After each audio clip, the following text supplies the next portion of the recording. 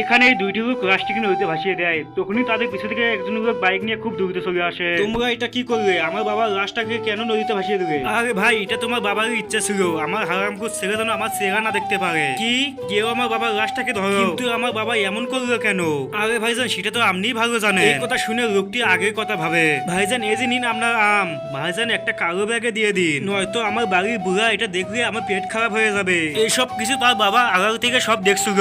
আরে বেটা, তোমার মা অনেক অসুস্থ, তোমার কাছে কিছু টাকা থাকলে দিয়ে দাও, তোমার মাকে নিয়ে ডাক্তারের কাছে যাবো। আরে পিতাজি, এটা কি বলছেন? আমার কাছে তো একটু টাকাও নাই। টাকা থাকলে আপনাকে দিয়ে দিতাম, কিন্তু তার কাছে থাকা সব টাকা তার বাবা দেখে ফেলে আর অনেক মন খারাপ করে বলে, ঠিক আছে বেটা। আরে এটা আমি কি করেছি? এই কাগজের নোটের জন্য আমি বাবাকে ভুলে গেছি। তখনই তার বাবা বেরিয়ে এসে বলে, বেটা আমি এখনো জীবিত আছি। আরে আমার বাবা তো এখনো বেঁচে আছে, তাহলে এটা কি ভাসে গেল? তার আগে দেখবো কারা কারা শয়তানকে হারিয়ে আল্লাহকে ভালোবাসেন। যারা আল্লাহকে ভালোবাসেন তারা ভিডিওটি লাইক দিয়ে চ্যানেলটি সাবস্ক্রাইব করে দিবেন, আর যারা শয়তানকে ভালোবাসেন তাদের কিচ্ছু করার দরকার নেই। এটা তো আমরা মিথ্যা সাজিয়েছি তোমাকে বোঝানোর জন্য। তুমি তো একটা বোকা মানুষ। এই কাগজের টাকার জন্য তোমার বাবা মাকে ভুলিয়ে গেছো, এখন তোমার বাবা মা বেঁচে আছে, যত্ন নেওয়া শিখো।